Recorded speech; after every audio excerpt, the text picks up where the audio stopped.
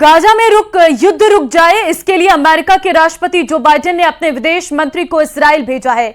लेकिन Antony Blinken का विमान इजराइल में उतरने से पहले ही नेतन्याहू ने एक ऐसे अटैक का ऑर्डर दे दिया जिसके बाद सीज फायर की डील फेल होना पक्का है। इजराइल के दुश्मन इसे नेतन्याहू का हिजबुल्लाह हथियार बता रहे, जिसने एक बार फिर आग उगली है।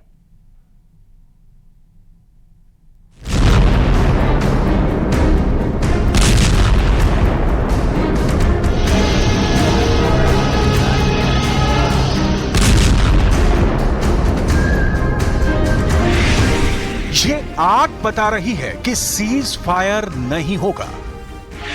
ये आग बता रही है कि युद्ध और तेज होगा। ये आग बता रही है कि ना इजराइल मानेगा ना हमास। गाजा से शुरू हुआ युद्ध अब पूरे पश्चिम एशिया को इसी आग में जला डालेगा।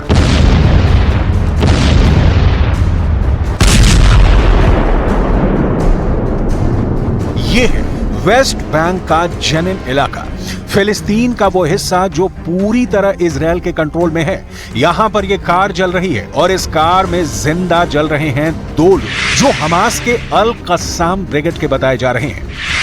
नेतन्याहू का मैसेज साफ है, सीज फायर नहीं, खुल्लम खुल्ला फायर करेगा इजराइल।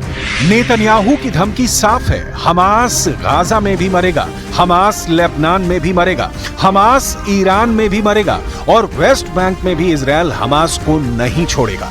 इजराइल के इस हमले के बाद यह बात साफ हो गई है कि सीज फायर नहीं होगा और अब जेनिन में अटैक के बाद युद्ध और खौलने लगा है।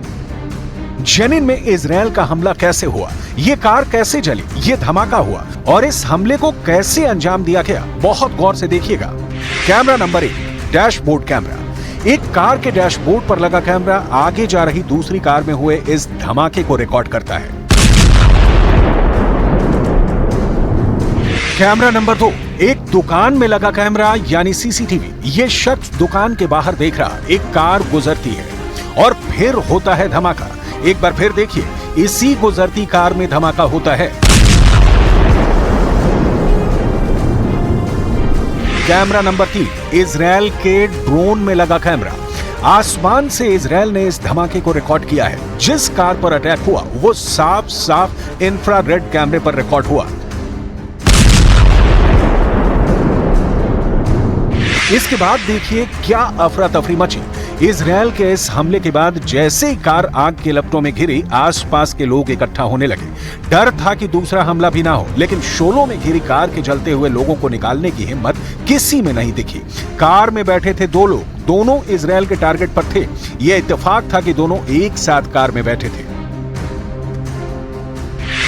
पहला टारगेट रफत महमूद दवासी, जो जेनिन में अल कस्साम का कमांडर था। दूसरा टारगेट अहमद वलीद अबू ओरा, ये अल कस्साम के बड़े चेहरों में से एक था। ये दोनों इजराइल के इस अटैक में मारे गए हैं। ये दोनों मौत वेस्ट बैंक के अंदर हमास को बहुत बड़ा झटका बताई जा रही है।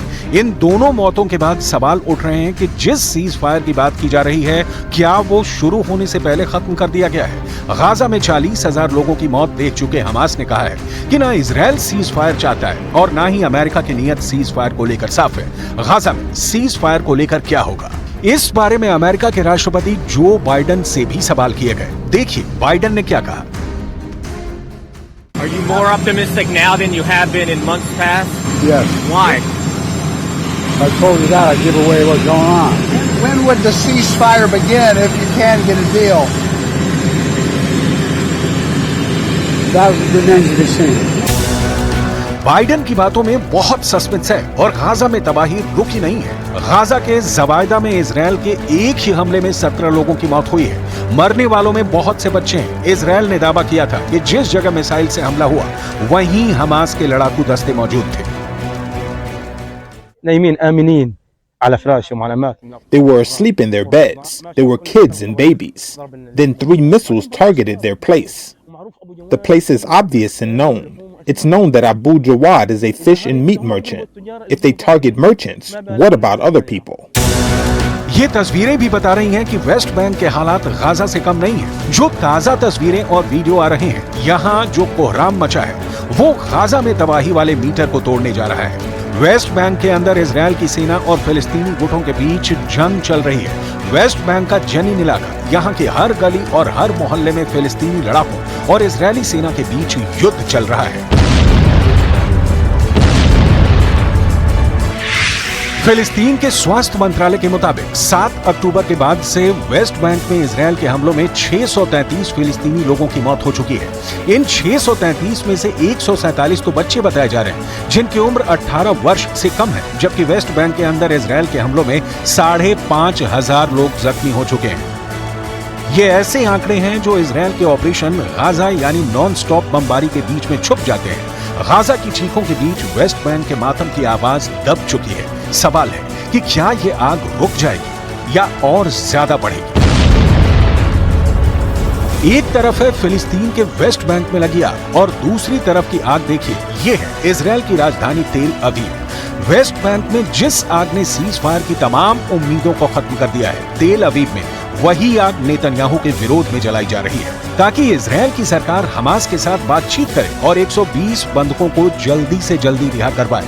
लेकिन क्या अब ये इतना आसान होगा? Almost a year and it's crazy and I'm saying that Ofer and the other 114 hostages are paying a political price because they could have come already with the deal so long time ago. So many people could have come alive instead of they're gonna come bodies dead, and it's a shame. And the blood will be on the Netanyahu and all the government.